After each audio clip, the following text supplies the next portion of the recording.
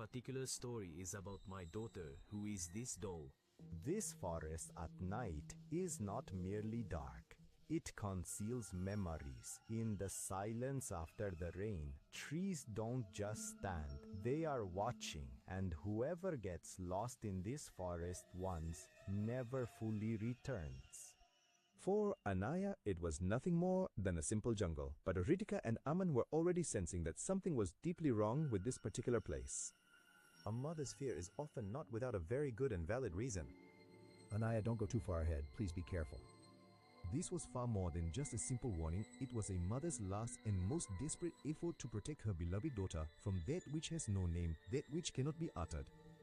But it was only a matter of a few brief seconds. There was no scream, not a single sound to be heard. And then Anaya was completely swallowed by the depths of the jungle. It was as if the earth had swallowed him whole. I desperately called out his name. The entire night was thoroughly searched. The flashlight's beam sliced through the thick dark jungle, but the jungle remained completely silent, for some profound secrets are kept only by the jungle itself. And then, from deep beneath the soil, a small peculiar doll slowly emerged.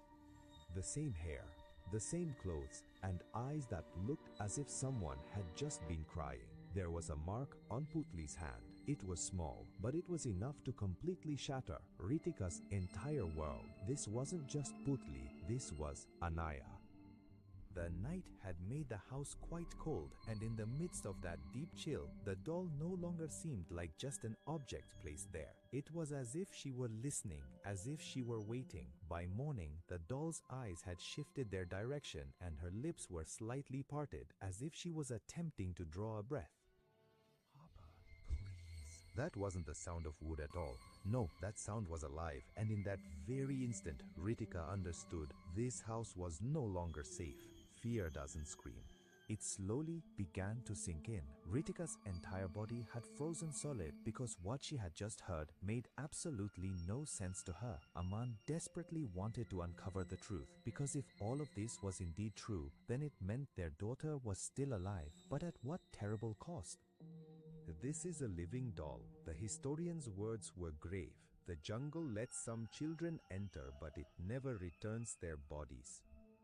Ritika pressed the doll close to her chest. Because for a mother, even if the body is made of wood, a son is still her son.